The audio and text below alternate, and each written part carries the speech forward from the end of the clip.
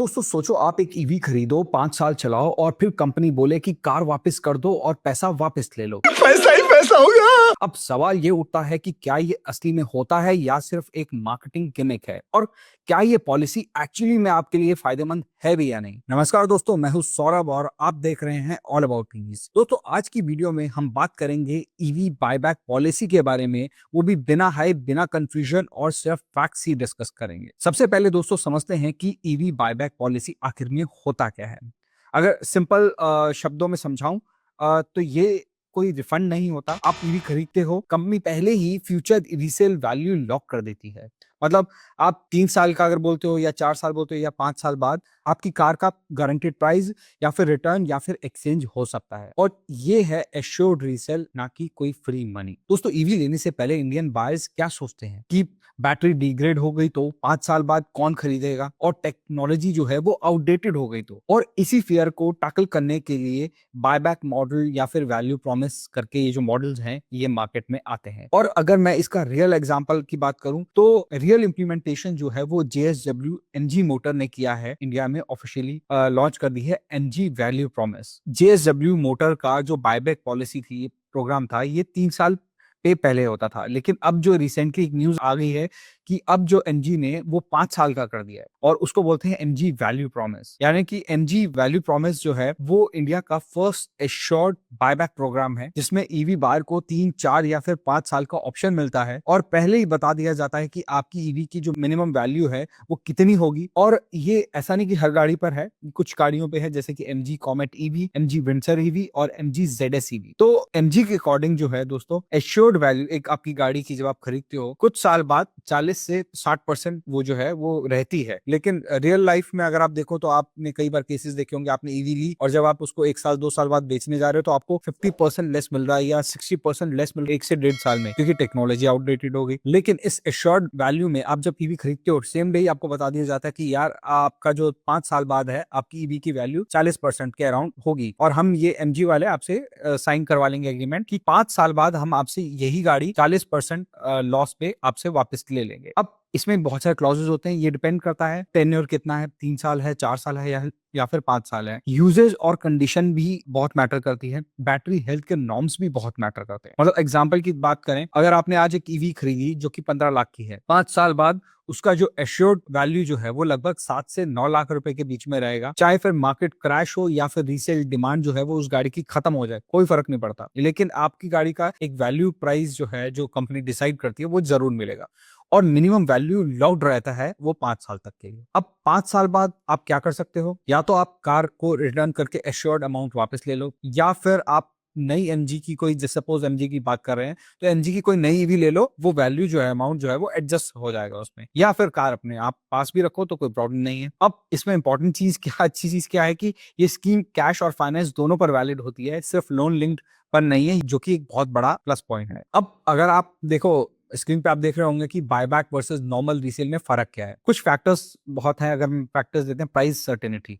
अगर आप MG value promise की अगर हम बात कर रहे हैं तो आप देखो प्राइस सर्टेनिटी फिक्स हो गई आपकी, लेकिन नॉर्मल रीसेल गाड़ी आप कहोगे 5 साल बाद भी तो गाड़ी बिकती है, तो फर्क क्या है? 5 साल बाद मार्केट की जो हालात हैं, अगर मतलब वो टेक्नोलॉजी बहुत आउटडेटेड हो गई है तो हो सकता है आपको वो पैसे ना मिले। लेकिन बायबैक प्रॉमिस के अंदर कुछ फायदा है कि आपको एक फिक्स वैल्यू पता है कि 5 साल बाद कंपनी बोलती है हम आपसे 40% आपको वो रिटर्न कर देंगे या 40% डिडक्ट करेंगे, तो बाकी का अमाउंट आपको मिल जाएगा। तो एक सबसे बड़ी बात क्या है, प्राइस सर्टेनिटी आपको देखने को मिलती है ऐसी स्कीम्स में। दूसरा होता है बैटरी डाउट। मतलब एमजी वैल्यू प्रॉमिस अगर हम बात कर रहे हैं तो इसमें आपका बैटरी डाउट, आपको एमजी के पास सारा डेटा है, बैटरी हेल्थ है, सब कुछ है, तो वो आपका मैनेज हो जाता है। लेकिन अगर आप नॉर्मल रीसेल वैल्यू की बात करें, अगर आप गाड़ी लेके मार्केट में जाते हो तो 101% ये होगा, लोगों का माइंडसेट ये होगा कि यार बैटरी खत्म हो गई होगी तभी सेल कर रहा है 5 साल बाद, या अब बैटरी हेल्थ नहीं बची, या कुछ डैमेज हुआ होगा, या कुछ ऐसी प्रॉब्लम होगी। तो वो सब बायर्स के जो फियर, क्योंकि ऑब्वियस है जो बायर ले रहा है उसके भी कुछ फियर्स हैं, तो वो सब दिमाग में रहते हैं। तीसरा फैक्टर हो जाता है नेगोशिएशन। दोस्तों वैल्यू प्रॉमिस या ये जो स्कीम्स है बायबैक्स की, इसमें आपको नेगोशिएशन का कोई ऑप्शन नहीं मिलता। और नॉर्मल अगर आप बेचने जाते हो मार्केट में तो एक स्ट्रेसफुल बहुत हो जाता है कि आपको नेगोशिएशन बहुत करना पड़ता है। कोई आपकी वैल्यू लगा रहा है एक्स अमाउंट, कोई लगा रहा है, मतलब बहुत ज्यादा डिफरेंस देखने को मिलता है कई बार, तो एक बहुत स्ट्रेस आ जाता है, यार मेरी गाड़ी की एक्चुअल वैल्यू है कितनी, कोई मार्केट में ज्यादा लगा रहा है, कोई कम लगा रहा है, तो वो एक स्ट्रेस नहीं रहता आपको अगर आपका ये बायबैक स्कीम या फिर ये एमजी वैल्यू प्रॉमिस को आप कंसीडर करते हैं तो। Next point is mental peace, बहुत हाई रहता है। मतलब आपको पता है कि 5 साल बाद मेरी गाड़ी की वैल्यू इतनी है, मैं इतने पैसे और लगाऊंगा और एक नई उस टाइम की जो अपडेटेड जो भी टेक्नोलॉजी होगी उसको मैं ले सकता हूँ। और नॉर्मल रीसेल वैल्यू में ऑब्वियस है ये सब चीजें तो नहीं होती। अब देखने में बहुत अच्छा लग रहा है, फैंसी लग रहा है कि यार बायबैक पॉलिसी के इतने फायदे हैं, लेकिन इसमें कुछ हिडन कंडीशंस भी होती हैं जो कि आपको बिल्कुल भी मिस नहीं करनी। अब जैसे कुछ कंडीशंस हैं, एनुअल किलोमीटर्स की लिमिट है, मतलब अगर आपने 3 साल किया तो 3 साल में एमजी का ये कहना होता है कि इतना किलोमीटर्स की लिमिट है, अगर ये क्रॉस हो गई तो हम शायद उस वैल्यू को थोड़ा सा